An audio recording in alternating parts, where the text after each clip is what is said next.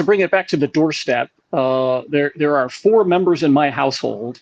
3 are avid TikTok users. I am not for any political reason. I just sort of have a limit to my social media consumption.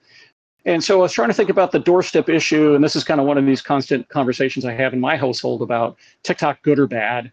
And I say, well, on one level, but up at the international level, I see the TikTok ban as a question of reciprocity.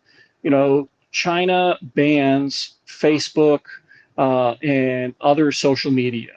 And so I see it as a trade issue, as a reciprocity. Okay, don't ban Facebook and we won't ban TikTok. So that's kind of one level.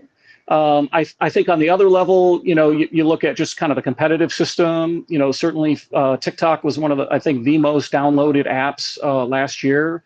So if you're an American company like Meta, this concerns you. And so you're lobbying government and you're using sort of this issue to sort of say, look, right, you need to protect American business.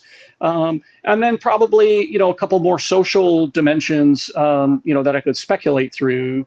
One is, right, we, in the China case, they limit consumption of social media for children, and the algorithm is tweaked in China to really, point, more people to sort of podcasts like yours, to learn, rather than like, funny cat videos, that we're seeing in the US. And so there's that fear that, right, China is trying to make Americans dumber through TikTok, which again is a little silly. Because we'll find our funny cat videos on YouTube, or we'll find them on Instagram Reels, and then finally, probably in the most negative way. So two things in a negative national security way. So we got a preview of this about a month ago, where TikTok sort of sent a message to tens of millions of its users, encouraging their users to go lobby Congress to prevent a TikTok ban.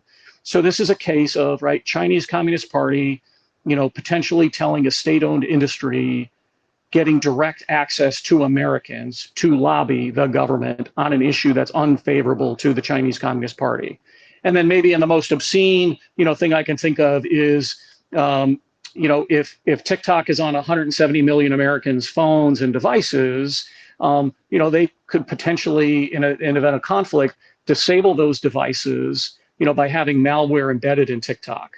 And I say, so that's one possibility, but I would also say any other app that's sitting on our phones could probably be compromised. So I don't know if it's easier, because they're all China-based. I mean, we certainly have enough examples that, right, foreign governments compromise US-based technology. But that to me is kind of one of these doorstep issues on this question about TikTok. And I don't know how anyone else feels about it. But like I said, I'm usually in the losing vote in my house about TikTok.